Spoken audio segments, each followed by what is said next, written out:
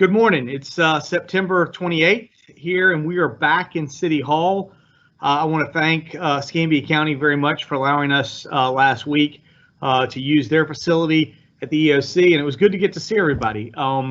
We've been discussing it here, and who knows, as we move, we're going to talk about COVID.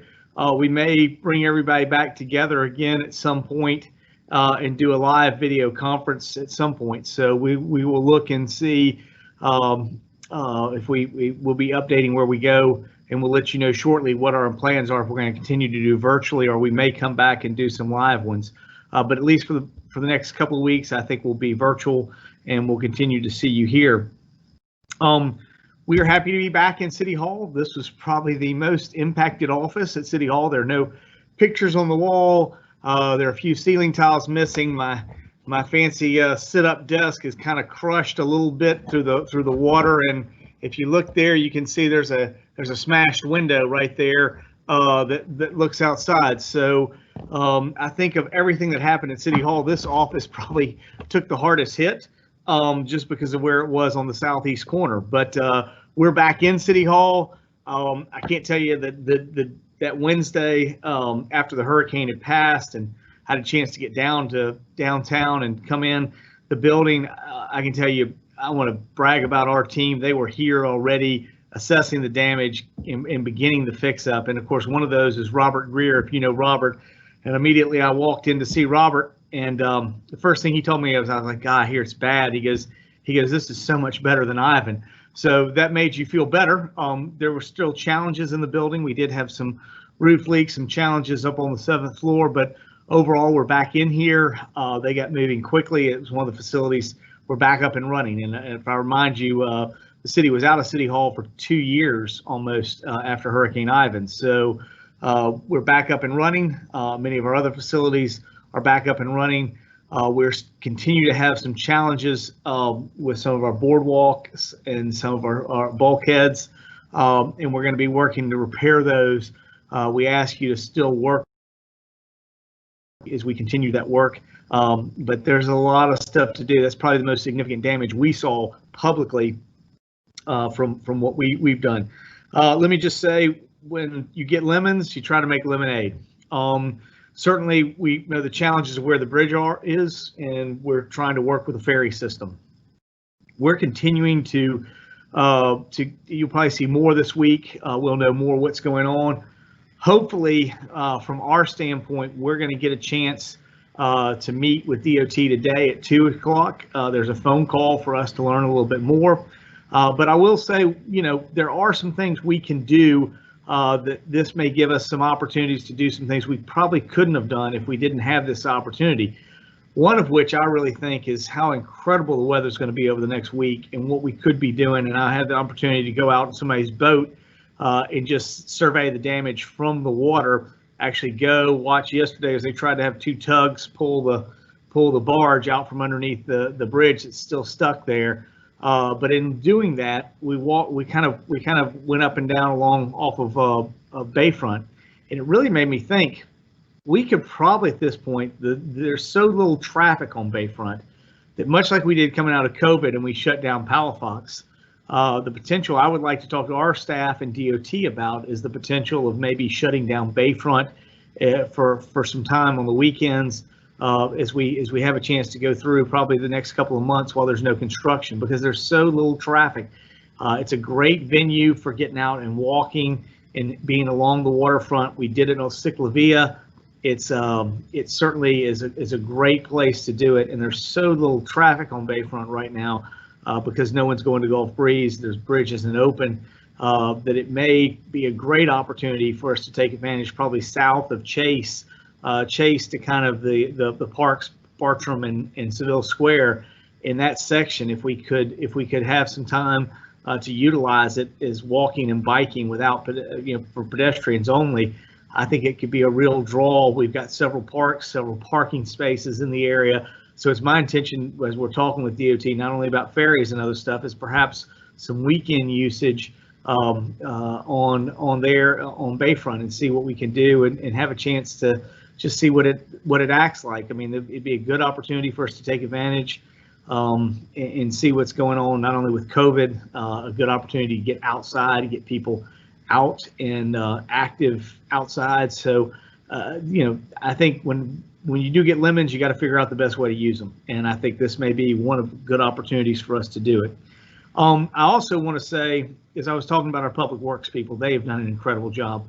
I want to recognize two other groups of city workers that have done an amazing job. Today at 11:30, I'll be at Parks and Rec to recognize the work crews that have been there. They're the ones who cleared the 353 trees that were downed on roads. They're the ones that are still going into parks and doing a lot of cutting and clearing and repairing. They'll be having a lunch today, a recognition lunch. I'm glad to recognize those guys. They don't sometimes get as much of it's certainly, I love everyone we have here. It's certainly a little bit more visible, a chance for us to always recognize our first responders, police and fire. They do an incredible job, but we don't get to recognize our Parks and Rec crew, and they just do an amazing job. They've been out there with chainsaws working hard the last 2 weeks, and they still have a little bit of work ahead of them, but they do an incredible job. There's another group that has been doing an amazing job, and that's our sanitation workers. They have been working around the clock trying to get things picked up in not only the garbage and your recycling, but also your yard debris. So much so that on Saturday, I had a dream on Saturday night that John Pittman called me and needed me to drive a garbage truck, and I was driving a garbage truck. So, this is what's going on. But these guys do an incredible job. They're out there working hard, representing us with the city, and they do an incredible job. A couple things to remember: we're back to regular schedule today. Your Monday, Tuesday, Wednesday, Thursday routes all started back today. Everybody's on regular schedule. We're not picking up yard debris, but we will pick up both your black and your brown can. Now, your brown can we still want you to use for recycling, but we will pick it up right now. Please realize if we pick up your brown can right now, the material in there will not be recycled because ECUA recycling is down, but we will pick it up. So if you put both cans there, we will absolutely pick both of them up, and we'll be happy to do that. Just please understand that your recycling can is not going to be recycled. We hope by late October, early November, ECUA will be back up and running, and we'll be back to recycling. We just want to caution you for the next couple of weeks. We will pick up your brown can, but we will not be recycling it. So you're more than welcome to put it out there. We will pick it up. We won't pick up. We won't get it recycled, but we will pick it up. Yard debris. Obviously, that's the biggest thing that we're doing right now. I saw crews over the weekend. I have not had email since Friday, so I'm hoping now that Trudy's back, I can figure out what's wrong with my email and start getting that back. So I don't know a little bit about where we are on some of the things, but I'm seeing here that again we started last Monday. So far, our crews have collected 1,356 loads of yard debris, totaling 59,433 cubic yards. Again, it is estimated that we had 284,000 cubic yards, and we've done 60,000 of that. So it's kind of showing you what we're getting through and what we're able to pick up. If we haven't gotten to you so far, your neighborhood, you'll be seeing us shortly. We're out there picking up the Berthas. Like I said, I saw them this weekend. They do an incredible job and can pick up just about anything with that arm. I saw it pick up some really huge trunks, and I couldn't believe how big that, or how much that thing could pick up. But it can pick up a lot. They're disposing of that. We did have a little bit of a change in location. We're now going to be processing in those areas. There was an old up there on the north side of the runway, on the west side, northwest side of the airport. There was a facility that was kind of an industrial little park back in there, Commerce Park. We'll be back in there is where we're taking our debris. We will, at this point, be shredding it. It'll be used in a variety of different uses, some for cover for places, possibly others could be sold and burned, and then some will be put back into the ground. But again, that's what we're trying to do with our debris and work with our users as much as possible. But they are doing that right now.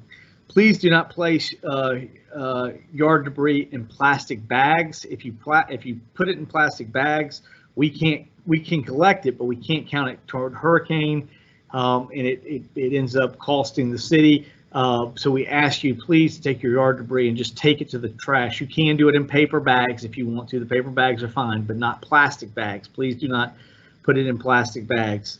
If items are collected, if we get you on first pass and you still have something, and a lot of people still have leaves, just kind of push those together.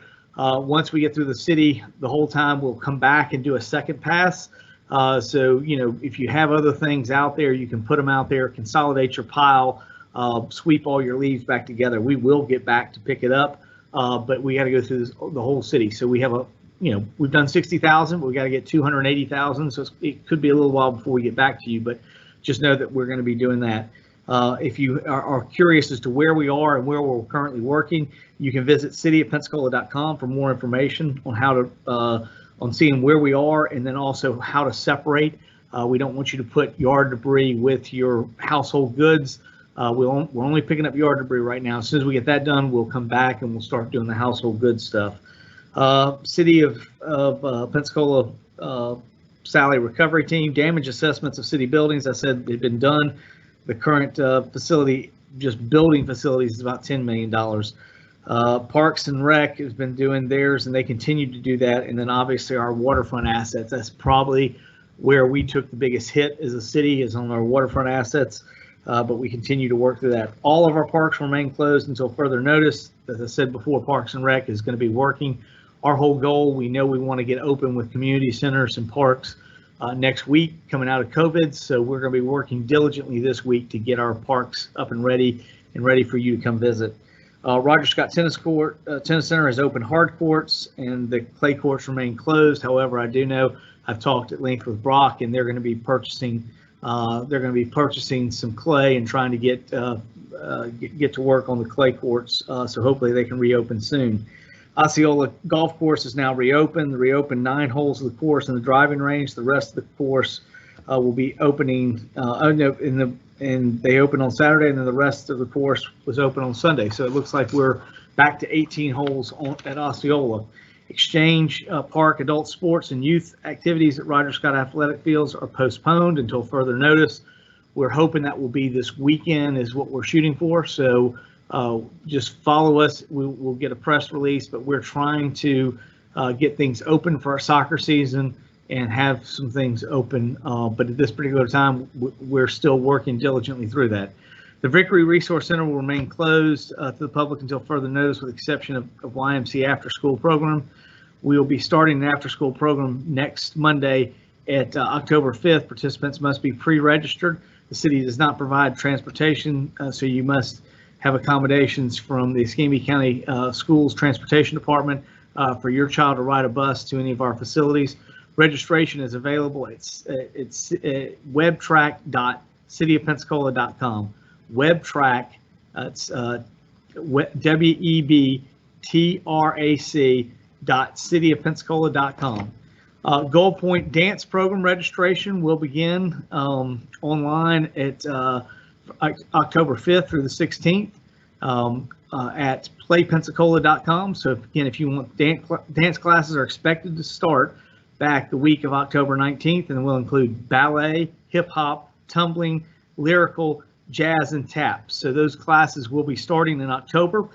You're welcome to go online at playpensacola.com, and you can register from October 5th through October 16th. We'll be doing that. Finally, we continue to work through COVID-19 response. Over the last week, we've been down around 3% positivity rate. Our hospitalizations have been under 50, although we have not been able to track for the last couple of weeks because our last couple of days because our email has been down, but we are hoping to get that back up today.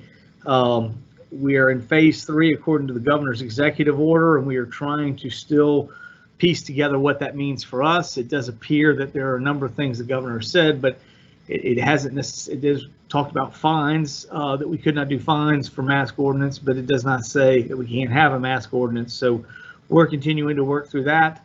We didn't get that until late Friday, so it continues to work from our end.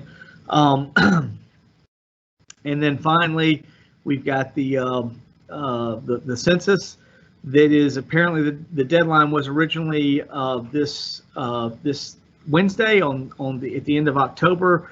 There's a possibility that it's been extended to the end of the month, but we really would like you to go ahead now and get your census turned in.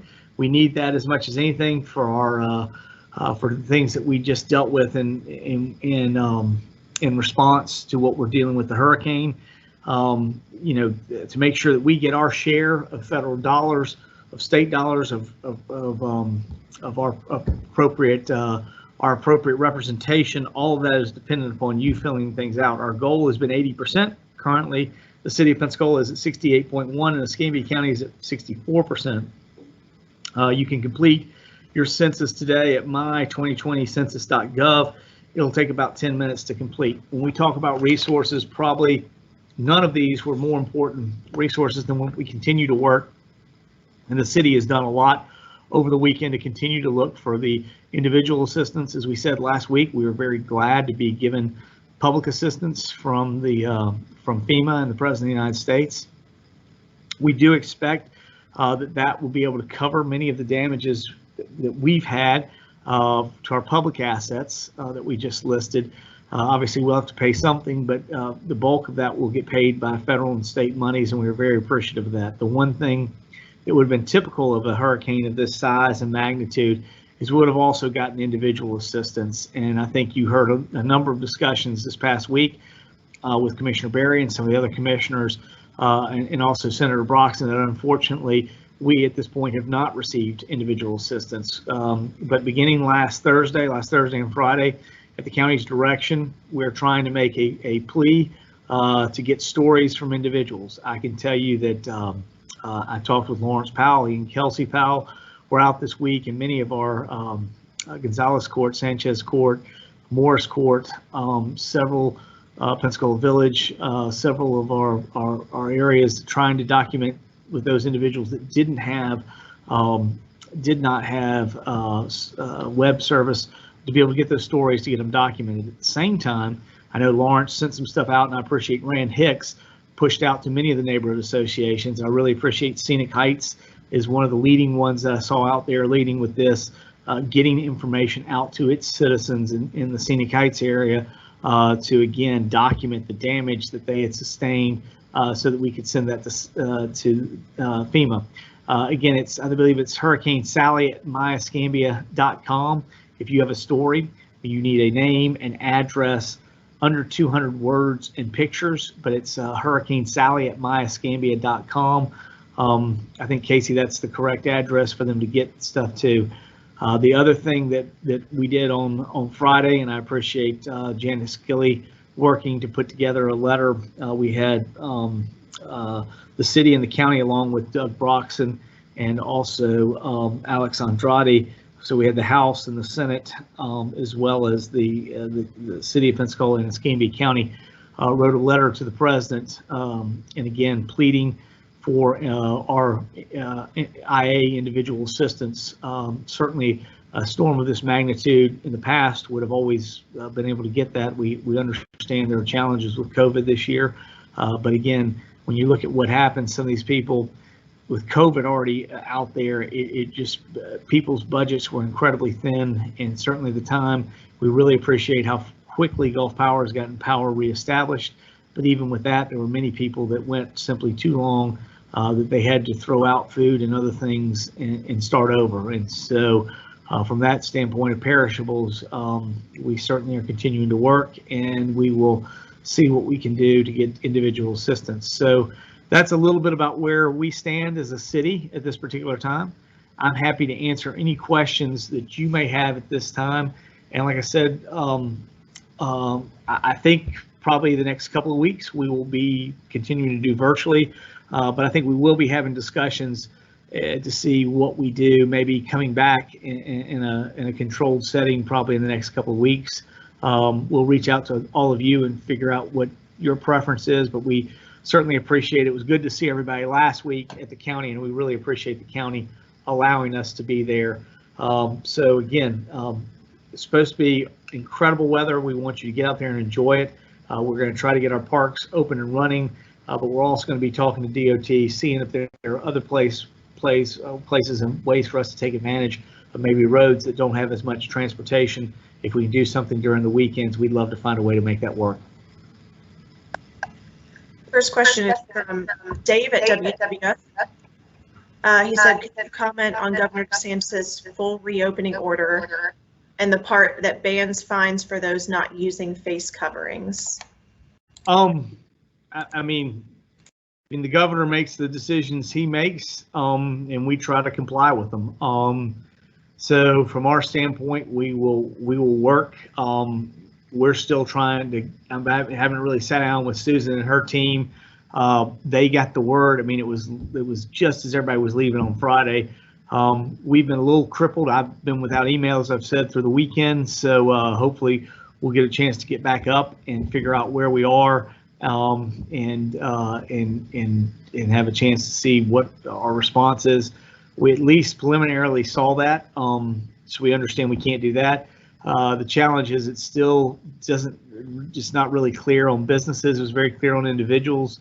It's not as clear on businesses what's happened one way or the other. I mean, we still have the mandate. Again, these are probably things that are challenges as we continue to work through, but we'll do the best we can in implementing and figuring out how to work within the rules that the governor has and within the rules that we have. And like I said before, you get lemons, you try to make lemonade. And this question is from Andrew McKay. Will Wayside Park remain open with the railings missing and damaged? What is the safety plan there? Well, my favorite thing about this week is I'm sure I'll see Amy Lavoie on Thursday, and she will be coming around wishing everybody Happy New Year. For the City of Pensacola, we will begin a new year this October 1, so we are very excited. One of the things that we're incredibly excited about is how well, and I don't know if y'all got a chance to see it, how well things went with the budget. What could have been a very contentious time, we worked very hard to work with all the council members to put something together.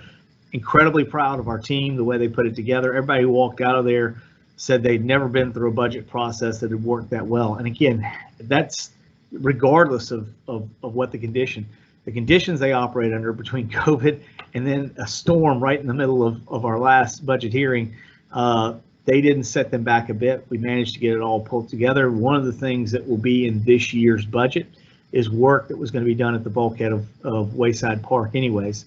Our whole goal is that begins to open up, that we will have done the repair work necessary on that bulkhead, and that includes bringing the railings back. So we were going to be under construction in Wayside in this calendar year anyways.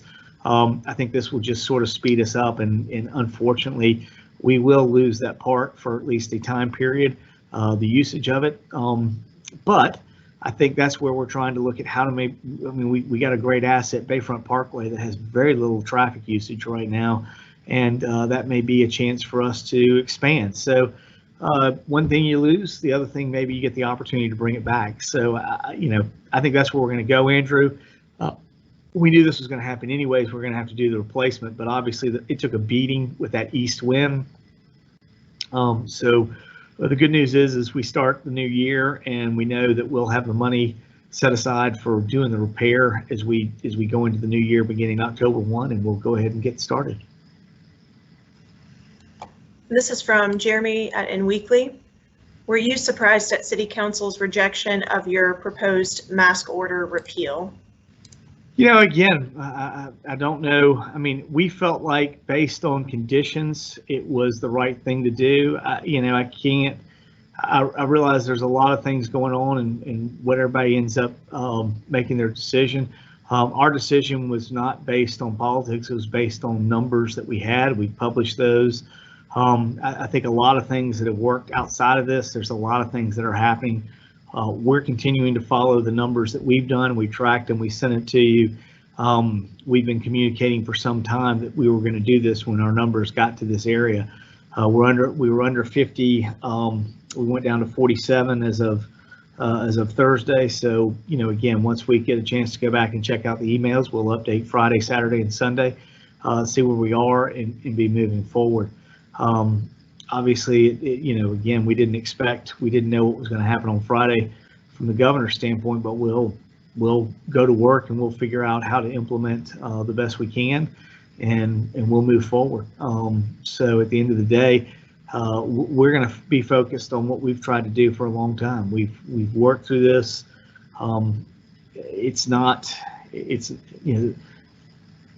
I would say the numbers that have happened are not magic. They don't happen by magic. They happen by management. I think they're a credit to what we've done as our administration, not just myself, but our entire team, and what we've been able to do, the communication, the verification, working back and forth with hospitals, and we'll continue to do that.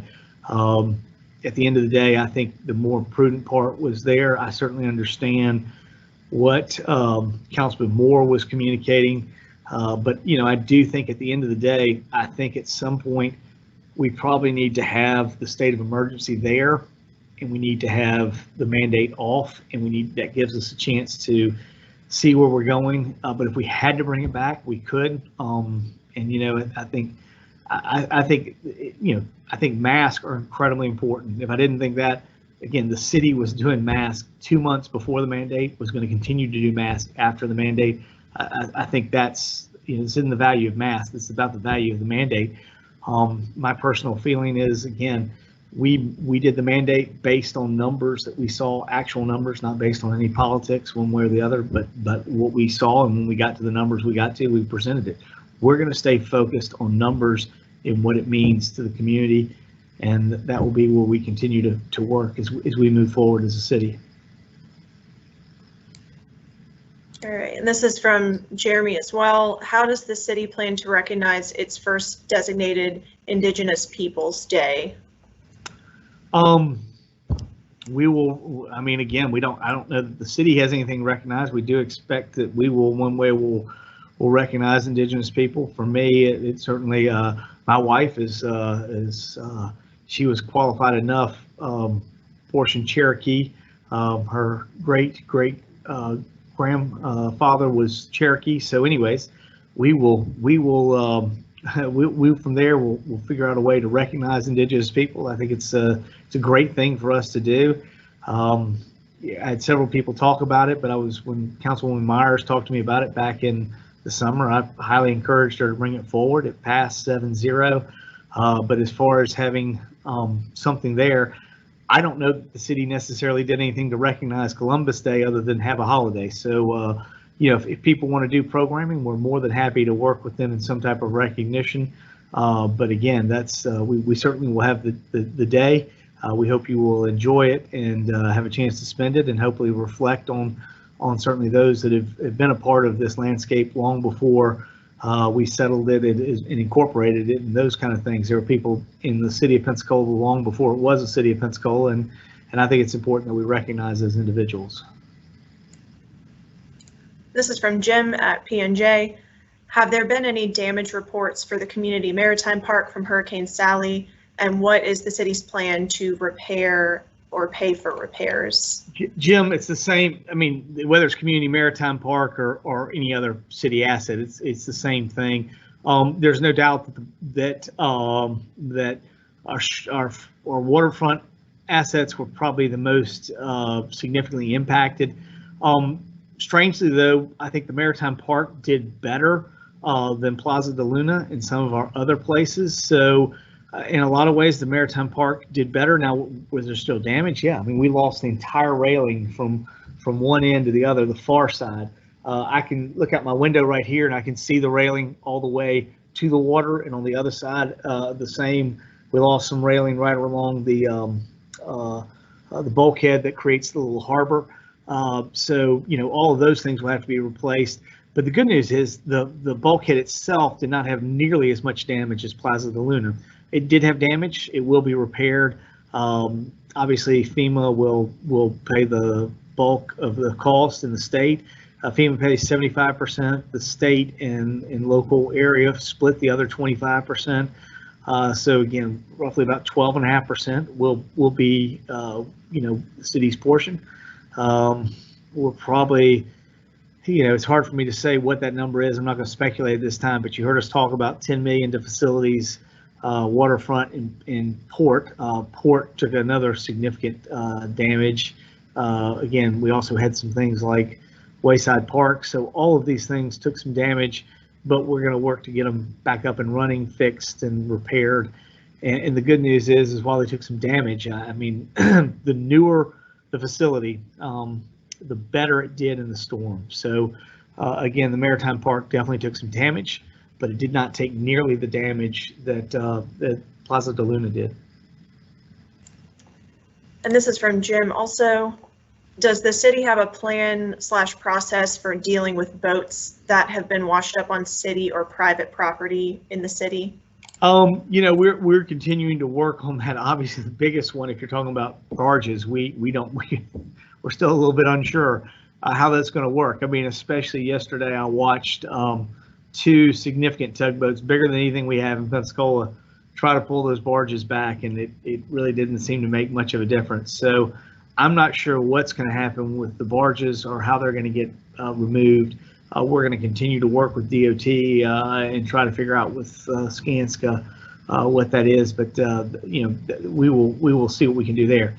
There are other boats. My understanding is many of the boats, I think, that we're getting pulled out of. I was looking behind me at the Balin Street wharf. My understanding is many of those have already gotten pulled out. Those that still some remain.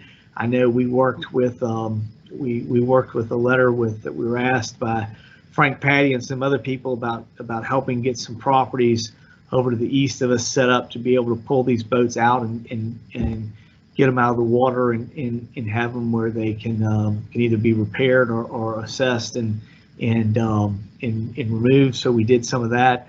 I know we've got 3 sailboats over on Bruce Beach. We're going to get to them.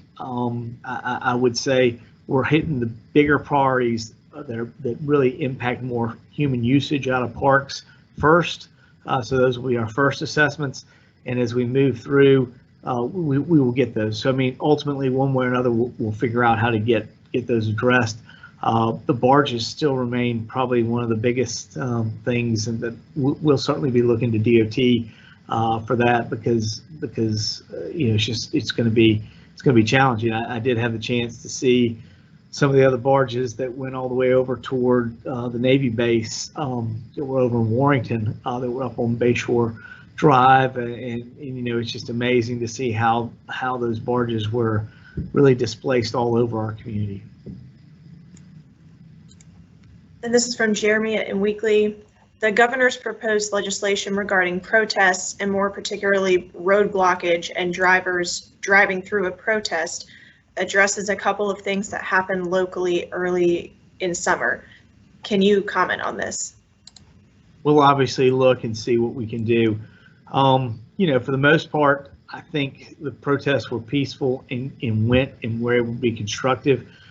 We certainly regret the one chance that ended up happening. It really didn't even need to happen. I mean, the things that we could have resolved and the things we kept moving forward did not have to go out in the middle of that. I think more than anything else here, it called the attention to the fact that these things didn't need to happen. We didn't see any further discussions, and we've been able to move forward in resolving challenges out there. I mean, we're continuing to work and see how we can make life better. So my hope is that you're going to see us focused on changes and not on destruction. I think that's what the city has happened in the protests we've seen. So I think they've been focused on doing the right thing and having the discussion. So my hope is that we don't have any issues one way or the other. So I think we're trying to learn from the things that we had, and I think, like I said before, even if we hadn't done any of that, we'd have been in the same place. We didn't have to do that to get where we wanted to get to and keep moving our community forward. So that's going to be our objective. All right, and I don't see any more questions. All right, well, thank you very much. It's very good to get fall weather. It's going to be, hopefully we'll have a nice week. You'll get out there to enjoy it, and it's great to have football back. It does make the Southeast feel more like normal now that we've got football back. So that's a good thing. We hope you'll enjoy out there our parks, and we're continuing to work hard for you. Until then, we'll see you next week and look forward to catching up with you at that time. Thank you.